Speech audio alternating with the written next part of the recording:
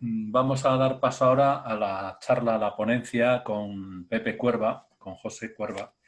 Yo le conocí en 2006, en el primer encuentro de Hablablog en Roda de Duero. Desde entonces hemos tenido encuentros esporádicos, lo que nos permite la red y los encuentros y los trabajos de cada uno.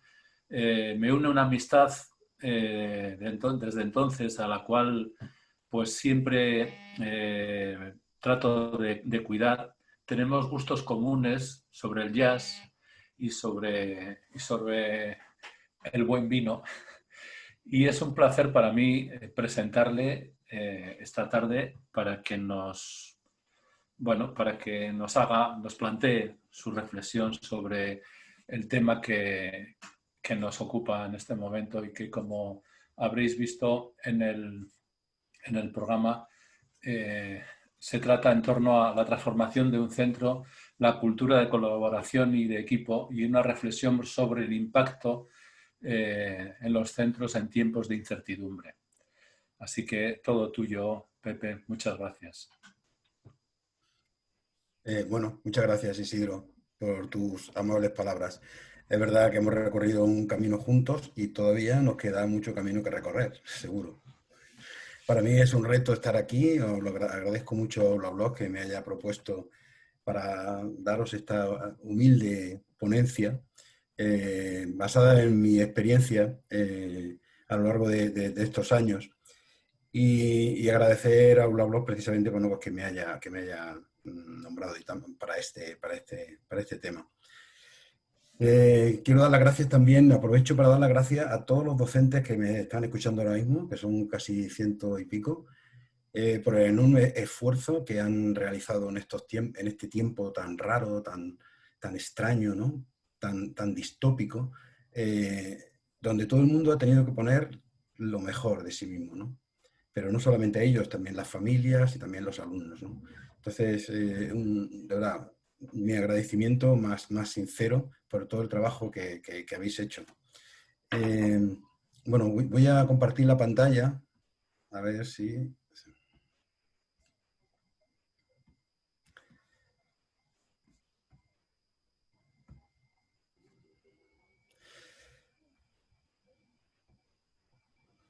Bueno, también me gusta la fotografía y hacer pan. Aunque, como ya veréis que no hay recetas, tampoco hay recetas para hacer pan. Porque para hacer pan, uno tiene una receta de tanta harina, tanta agua, tanta no sé qué, pero luego te pones, lo haces y no te sale bien. Tienes que repetirlo varias veces, tener la sensación de la masa en las manos. Entonces, las recetas, la verdad, te pueden inspirar, pero en realidad, si las sigues, tal vez no te salgan bien las cosas. Bueno, el título de la ponencia está relacionado, por una parte, con el sentido de pertenencia a tu centro educativo. Yo creo que tenemos que estar pensando ahora mismo, a lo largo de estos 15 minutos, en nuestro centro educativo, donde trabajamos, donde nos desarrollamos personal y profesionalmente. Y por otro lado, también con los cambios necesarios que ha detectado que hay que realizar para el periodo que nos queda por venir, ¿no? Para el periodo post-COVID. Yo creo que hemos detectado en este cierre de las escuelas tan repentino, tan radical, yo creo que ha puesto de manifiesto deficiencias muy importantes en los sistemas educativos que hasta ahora pues, no habíamos cuestionado. Yo sé que me estoy dirigiendo a una audiencia especial, ¿no? Especial porque yo creo que esta audiencia que está escuchando esta ponencia, bueno, pues son profesionales estupendos y maravillosos y que han hecho cambios en sus centros, son personas innovadoras, pero bueno, me gustaría pensar también en todos los profesores, ¿no? Yo he pensado que he visto dos brechas muy importantes. La primera es una brecha digital, es decir, la escasa competencia digital de muchos profesores y alumnos. Eso ha dificultado bastante pasar de una enseñanza presencial a una enseñanza totalmente en línea. Y otra brecha muy importante es la brecha social, porque no todas las familias tenían acceso a equipos y a recursos necesarios, como por ejemplo la conectividad, en sus domicilios.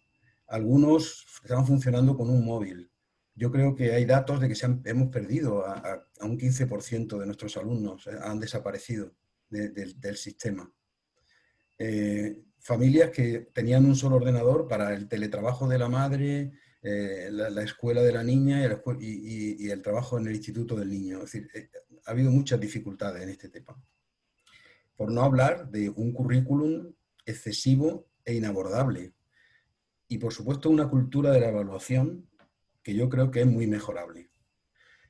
Yo creo que es el momento por eso decía, de pensar en tu centro educativo, un poco de repensar nuestro modelo educativo, en nuestro modelo educativo, para que la formación en línea, entre otras cosas, ocupe un lugar predominante a partir de ahora. Es decir, yo creo que los centros que ya habían pasado por esa fase de empezar a trabajar la formación en línea, les ha costado menos adaptarse a esta nueva situación. Y por supuesto, vuelvo a reiterar mi gracias a docentes y a las familias que han realizado este enorme esfuerzo.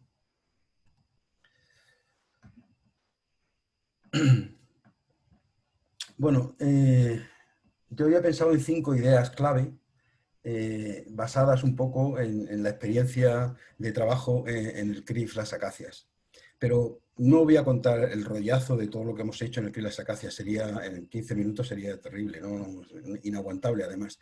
Pero creo que algunos puntos que sirvan para inspiración, ¿vale? Porque como bien digo ahí, no hay recetas. No hay recetas que nosotros podamos aplicar de una situación a otra, sobre todo teniendo en cuenta que nosotros somos un centro de formación del profesorado y nosotros estáis dedicados como docentes a formación de alumnos, ¿no? Sí que somos conscientes de que los centros educativos que tienen un proyecto consolidado, pues yo creo que han capeado mejor el temporal, ¿no? De este temporal de confinamiento y cierre de las escuelas. Y por eso es un momento de pensar en un proceso de transformación digital de tu centro educativo. Bueno, tenemos marcos que nos pueden ayudar, que yo no voy a entrar, como por ejemplo el de los colegios Nazaret, que han hecho 4 transformaciones basadas en el currículum, metodologías, evaluación, los roles del profesor y alumno, organización del centro, espacio de aprendizaje, o el marco europeo para organizaciones digitalmente competentes, DISCONOR, que tampoco vamos a decir aquí nada de él, porque bueno, es complejo, enorme, pero puede ser una guía para la reflexión, el desarrollo y evaluación de las acciones de transformación que se llevan a cabo en una organización y, por supuesto, su proyecto Selfie. Perdonad que la tecnología siempre da... Bueno, la primera idea es un proceso de reflexión. Nosotros cuando entramos en el CRIF de Acacias tuvimos la suerte de que teníamos un cierto conocimiento del centro, ¿no? Sin embargo, vimos cosas que si pensáis en vuestro centro o en algunos de vuestros centros, también habéis visto, ¿no? Centros con asesores aislados, puedo decir departamentos aislados, profesores aislados, un centro que no suelen estar articulados, ¿no? En nuestro plan de formación, el que nosotros vimos cuando llegamos, y digo nosotros porque ya veréis con el liderazgo educativo que no se trata, el liderazgo no se trata de el director, que es el que hace las cosas, es el nosotros, ¿no? Pues un plan de formación sin coherencia, es decir, cada asesor tenía su curso y la suma de todos esos cursos pues era el curso del departamento y la suma de los cursos del departamento era el plan de formación del CRIF. Y yo pienso pues también en los centros, ¿no? Es decir, que cada profesor tiene su librillo, ¿no? Luego también no existía una visión crítica del porqué de las actuaciones. Y la respuesta siempre se había hecho así. No se cuestionaba, ¿no? Yo creo que el objetivo es cambiar la cultura del centro educativo. Nosotros hemos iniciado este proceso, no voy a contar, pero brevemente, porque hemos transformado la formación del profesorado, pensando en para qué lo hacemos, es decir, para mejorar la calidad de la enseñanza, lógicamente, que, pues basada en competencias profesionales docentes, cómo, incluyendo nuevas modalidades de formación, por ejemplo. También hemos creado espacios y tiempos para la reflexión colectiva y el trabajo en equipo y colaboración. Eso para nosotros ha sido muy importante porque nos ha permitido romper esas celdas de aislamiento de los departamentos, de los profesores y tal, y ese trabajo en equipo ha facilitado que durante estos 5 años hayamos conseguido cosas muy interesantes, ¿no? También hemos hecho formación de asesores. Hemos pensado en un nuevo rol del asesor, que no sea un gestor, sino que además sea proactivo, busque actividades de formación, apoye y asesore a los centros, etc. Hemos mejorado un poco la comunicación interna y luego la comunicación externa. Lo que sí está claro es que en este proceso deben participar todos, ¿vale? Y si yo pienso en un centro educativo, toda la comunidad educativa tiene que participar, profesores, alumnos y familias. Somos todos. No, los centros no se cambian, no se transforman por una persona. Bueno, la siguiente idea es la innovación educativa. Esto, yo recuerdo que una vez que estaba hablando de innovación educativa en el CRI, alguien me dijo, jo, si esa palabra ya está muy gastada, ¿no? Como diciendo, sí, ¿para qué vamos a hablar más de innovación educativa? Bueno, innovar, ya sabéis, sencillamente, hacer cambios para mejorar, porque si no se mejora no hay innovación. Ya sé que es una tarea muy difícil, muy complicada, pero yo creo que es necesaria. También es importante que sea sistémica, es decir, todos. Y por supuesto que sea sostenible en el tiempo, porque la innovación en cualquier sitio, sobre todo en los centros educativos, tiene que ser sostenible porque es un proceso a largo plazo. Claro, la pregunta que tenemos que hacernos es, ¿tiene lugar la innovación en los centros educativos? Pues la verdad es que sí, que hay mucha innovación. Es decir, hay muchos docentes que de forma individual o en equipo han sentido la necesidad de innovar, de realizar cambios en su aula para apoyar y facilitar el aprendizaje de sus alumnos. Y nosotros lo que hemos visto, dijimos, vale, pues si queremos apoyar la innovación educativa, tenemos que hacer que la I del CRIF, que es un centro regional de innovación y formación, sea grande, cada vez más grande. Entonces hicimos una propuesta de la jornada de innovación educativa, que este año tendríamos que haber hecho las quintas y no ha podido ser. Nos quedamos en las cuartas, ¿no? Porque el objetivo de estas jornadas era ver esas personas que estábamos comentando, esos profesores que hacen innovación en su aula, o equipos docentes, incluso centros educativos que habían pasado por esos procesos de transformación, ¿no? Porque su objetivo era dar visibilidad a todas estas experiencias innovadoras que ya se estaban realizando por docentes de la Comunidad de Madrid. Y luego también queríamos que fuese un lugar de encuentro de todos los docentes que estaban interesados en la innovación educativa. Y las líneas temáticas que nosotros teníamos están relacionadas precisamente con eso. Por ejemplo, escuelas que innovan y aprenden, los centros en la red y redes de centros, el centro educativo como factor inclusivo, generador de oportunidades, metodologías activas, en fin. Y de eso hemos recibido, pues en los 4 años que se han producido estas jornadas, pues casi más de 100 propuestas que podéis encontrar en el blog del CRI Las Acacias, que yo creo que pueden ser inspiradoras también. Bueno, la tercera idea, y no me quiero extender mucho porque te voy a ser un poco rápido, es el trabajo en equipo y colaboración. Nosotros, como todos los equipos y como todos los centros educativos, nosotros tenemos una estructura vertical, pero nosotros hemos apoyado una estructura horizontal casi tan importante o más como esa estructura vertical. Una estructura horizontal con libertad para desarrollar la creatividad, donde hemos habilitado espacios para el trabajo en equipo, con agrupaciones de profesores, asesores en este caso, de diferentes departamentos. No tenían que ser del mismo departamento. Para trabajar de forma colaborativa y con el objetivo de mejorar el centro, ¿no? Y nosotros, bueno, pues lo que hemos hecho ha sido pues, crear pues, grupos de trabajo como identidad web para mejorar la comunicación, de desarrollo profesional docente para mejorar la formación del profesorado, el mapeo para buscar centros que tienen propuestas innovadoras, el aula del futuro, que es un proyecto que ahora voy a contar como uno de nuestros proyectos del CRIS como ejemplo, ¿no? Bueno, el proyecto del aula del futuro del CRIF, como veis, pues es una propuesta que combina, yo me parece que esto ya lo comenté yo alguna vez en aquel encuentro de SM, pedagogía o metodologías activas, tecnología y espacios. Siempre el que manda o lo que manda es la pedagogía o las metodologías activas, ¿no? Eso para favorecer el aprendizaje de nuestros alumnos. Nosotros hemos creado varias aulas del futuro, que ya no son aulas del futuro, nosotros ya las llamamos aulas del presente, ¿vale? Son nuestras aulas con dos criterios fundamentalmente. Uno, de flexibilidad, es decir, tiene que ser aulas flexibles, que permitan ponencias, que permitan trabajo en equipo, en colaboración, con espacios diferenciados, y luego que también fuesen sostenibles, porque un profesor que viene a nuestras aulas sabe que con una pintura en la pared puede crear una pizarra enorme donde los alumnos pueden trabajar. Y eso cuesta poco dinero. Es decir, tiene que ser sostenible y reaprovechar cosas que tenemos en los centros. Cualquier centro puede meterse ahí. Una vez que has hecho el aula, lo importante es lo que está en el dibujo este de la presentación de la guía del ponente, ¿no? Es decir, ¿qué tiene que hacer el profesor dentro del aula? Esa es la clave, ¿no? Porque, como siempre, ni la tecnología es la respuesta, ni los espacios físicos son la respuesta. La respuesta es qué se hace ahí, ¿no?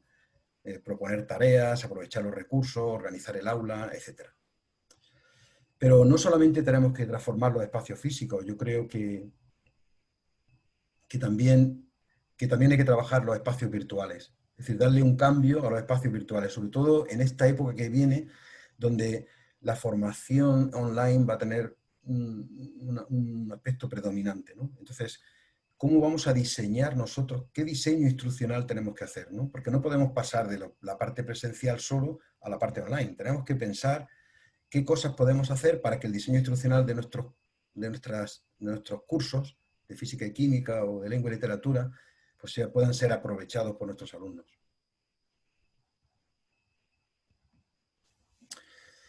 Y luego otra parte que hemos intentado mejorar también es la comunicación. Otra idea en la que yo me gustaría, que me parece importante, es la comunicación.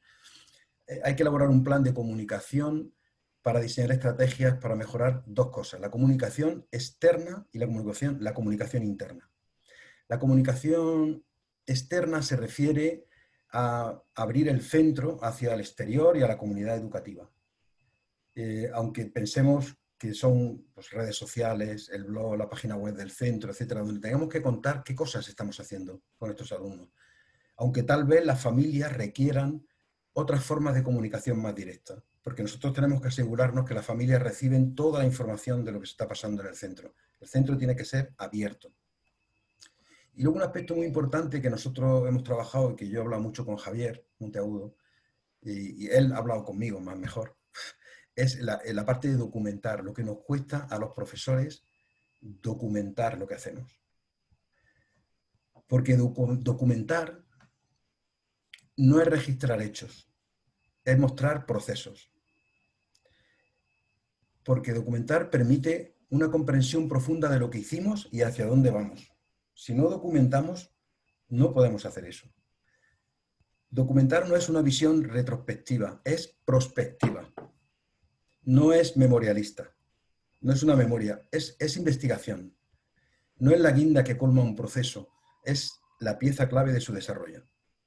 Porque la documentación de todos nuestros procesos, cambios, transformaciones que hacemos en nuestro centro, no solo lo hace visible el aprendizaje, no solamente hace visible ese aprendizaje, sino que lo hace compartido.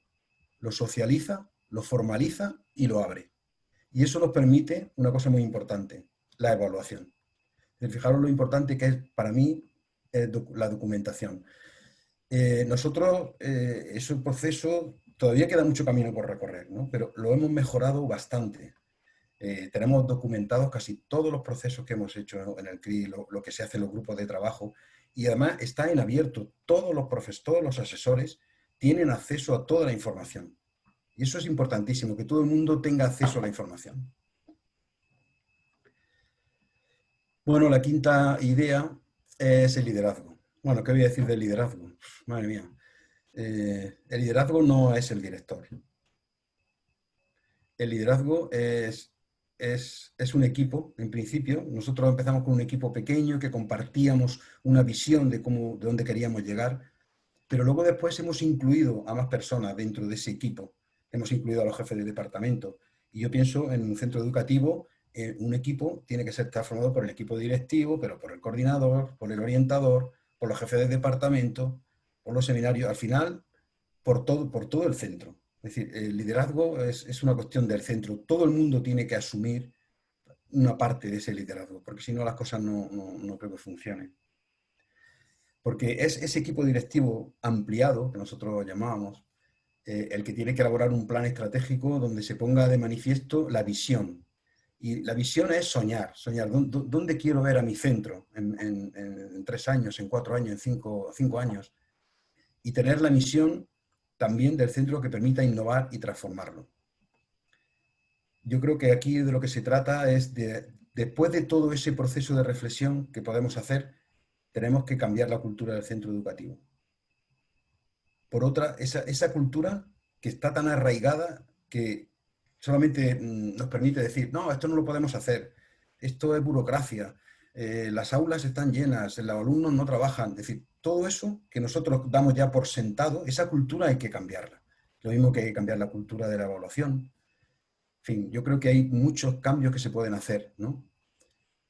Porque, y además tenemos que tener el grado de consecución de lo pretendido, es decir, la evaluación, y siempre desde lo que el equipo ampliado que yo comento lo tiene, ¿no? La misión, los valores y, por supuesto, siempre poniendo en el centro al alumno, no al profesor. Y esto tiene dos pilares, ese liderazgo pedagógico y luego intentar que el centro educativo sea una comunidad profesional de aprendizaje, es decir, una organización que aprende. Es decir, esto no es un proceso que se acaba y ya está, ¿no? Es un proceso que no para uno de aprender, es como la vida misma, ¿no?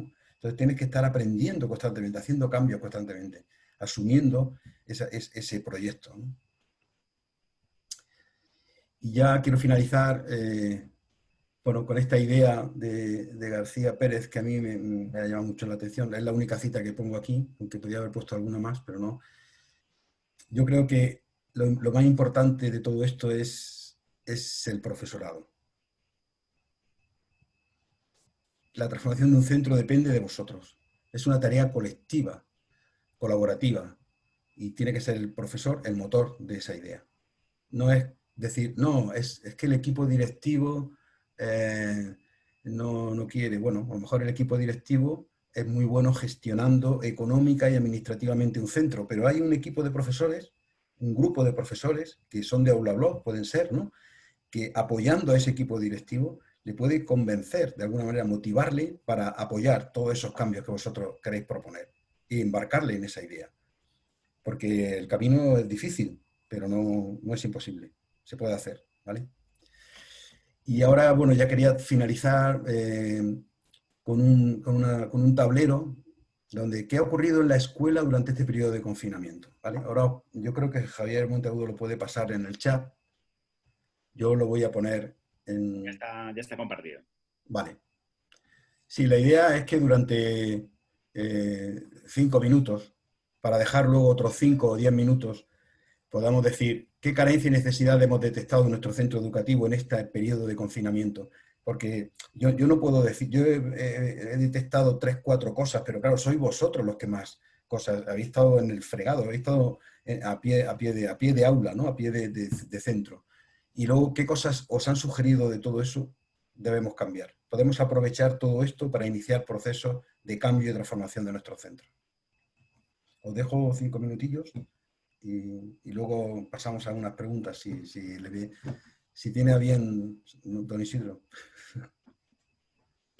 Sí, ya he puesto que si queréis ir enviando las preguntas por el chat y te las vamos pasando mientras vamos completando ese tablero que nos ha propuesto Pepe.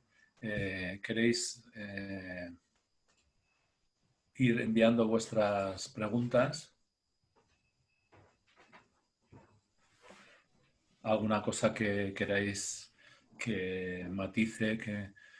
Por ejemplo, Monse plantea ¿cómo respetar los diferentes ritmos de transformación de cada centro para no frenar ni acelerar demasiado el proceso?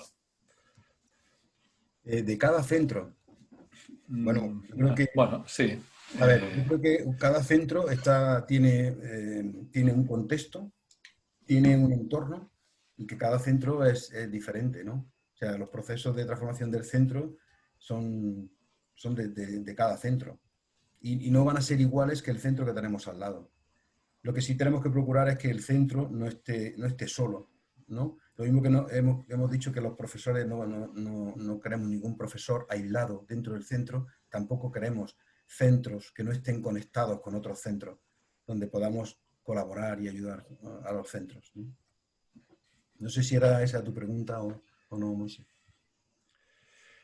Conce hace una afirmación que dice que la evaluación es totalmente obsoleta. Eh, es una afirmación que sí, que estamos de acuerdo, ¿verdad? Sí, sí. Totalmente de acuerdo en que habría que dar una vuelta, como has comentado, ¿no? Si quieres Sí, comentar bueno, algo. yo creo que la evaluación ha dado la cara. Hasta ahora yo creo que todos los que estamos aquí estamos de acuerdo con esa afirmación, pero ahora cuando los profesores han tenido que hacer evaluación en estos tiempos, es cuando realmente ha dado la cara, porque se han visto en la imposibilidad de hacer la evaluación que estaban haciendo hasta ahora, ¿no? Hay que hacer una evaluación auténtica, hacer una evaluación más continua, más innovadora, hacer una evaluación donde procurar que todos los alumnos tengan muchas oportunidades para demostrar lo que saben, lo que han aprendido. Porque no podemos cambiar la metodología de trabajo de nuestras aulas y no cambiar la evaluación. Es que la evaluación lo manda todo. Javier Monteagudo nos plantea así, si tuvieras que priorizar una transformación de todas las que deben hacer para obtener el cambio, ¿con cuál te quedas? Oh, es que eso es muy complicado. Yo creo que la última diapositiva lo dice todo, ¿no? Yo creo que es el equipo de profesores el que debe de iniciar el cambio. Los cambios se hacen de abajo arriba siempre. Sergio Zampo, Sergio.zampo dice, ¿cómo organizar la inclusión dentro del marco online con los alumnos y el tutor? Sí, complicado. Si ya es complicado organizar la inclusión, o sea, hacer un centro inclusivo donde no dejar a nadie atrás, donde la diversidad hay que atenderla de todas maneras, pues en online es complicado, pero yo creo que la tecnología permite esa atención individualizada a los alumnos para no dejar a nadie atrás, para que todos tengan la oportunidad de salir adelante, ¿no? Ese es el concepto de inclusión que es amplio, ¿no? El que tenemos también en el CRIF y hemos trabajado ahí en el CRIF, ¿no? Un concepto de inclusión amplio, donde no se trata de atender solo a los alumnos con necesidades educativas especiales o incluir a aquellos alumnos que tienen dificultades de acceso a las aulas, etc. La inclusión es mucho más. Y no es fácil llevar a cabo procesos de inclusión en los centros educativos, pero bueno, yo os animo a intentarlo. Tenemos... Mercedes, sí, sí. Bueno, sí, sí. Mercedes, que conocemos en Twitter como Londones, dice, cuidado del profesorado los unos a los otros y sus contextos personales y familiares. ¿Se han atendido? Bien. No entiendo bien la pregunta. Yo creo que se refiere un poco al cuidado del profesorado, de cómo de unos y de otros, las conexiones personales y familiares, si se ha atendido a ese cuidado del profesorado, es lo que entiendo un poco ahí. Yo no sé, creo que no. Vamos, si se refiere a la época esta que hemos vivido, pues el profesorado se ha sentido aislado, creo. Me da la impresión. Desatendido, ¿no? Sí. Y muy desatendido por parte de la administración educativa, estoy seguro. José Luis dice que llevamos 10, 12 años hablando de innovación. ¿No debería haberse asentado ya los cambios introducidos? Sí, es verdad. Hablamos mucho de innovación, pero hacemos poco. Pero los cambios, cuando se hacen, se mantienen. Cuando se hacen y se hacen cambios donde participan todos los profesores, se mantienen. Porque se puede hacer una innovación de un profesor individual en su aula o un equipo, pero eso no afecta a la transformación del centro. Porque si ese profesor se va, el centro, bueno, era un profesor que trabajaba con metodologías activas, hacía aprendizaje basado en proyectos, pero de pronto se va a otro centro y ya no hay nadie en el centro que haga eso. Uh-huh. Yo estoy seguro que si ahora yo me voy del centro, del CRI Las Acacias, hay un equipo detrás que puede continuar con la labor sin ningún tipo de problema. No soy imprescindible ahí. Sergio vuelve, yo creo que a hacer otra pregunta en torno a la inclusión, que igual ya estaba contestada, pero dice, ¿cómo hacer partícipes al alumnado dentro de sus capacidades y limitaciones en cuanto a cultura digital? Yo creo que en cuanto a cultura digital, efectivamente, lo primero que tenemos que hacer es que el profesorado tenga una cultura digital. Y cuando hablamos de competencia digital no estamos hablando de herramientas o tal, estamos hablando de que el profesorado tiene que hacer ciudadanos digitales, tiene que conseguirlo. Y eso lo tienen que hacer los profesores y para ello tienen que tener esa competencia digital. Ahí tenemos una brecha muy grande. Y ya no se trata de sugerencias. Yo creo que esto de la competencia digital de los docentes ya no hay excusa. Ya no hay excusa. Lidia dice, creo que todas las carencias ya existían. En este tiempo simplemente se han evidenciado. Ojalá sea la oportunidad para comenzar la transformación. Totalmente de acuerdo. Bueno, tenemos un montón de preguntas más y vamos un poco reajustados de tiempo. Vale. Hay más preguntas, pero quizás las dejamos para seguir en otro momento comentando y vamos a continuar un poco con las otras actividades. Gracias por vuestras preguntas, por vuestra participación.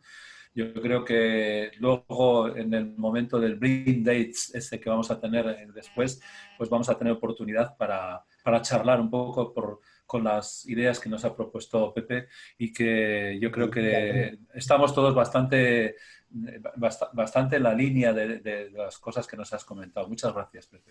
Gracias a ti.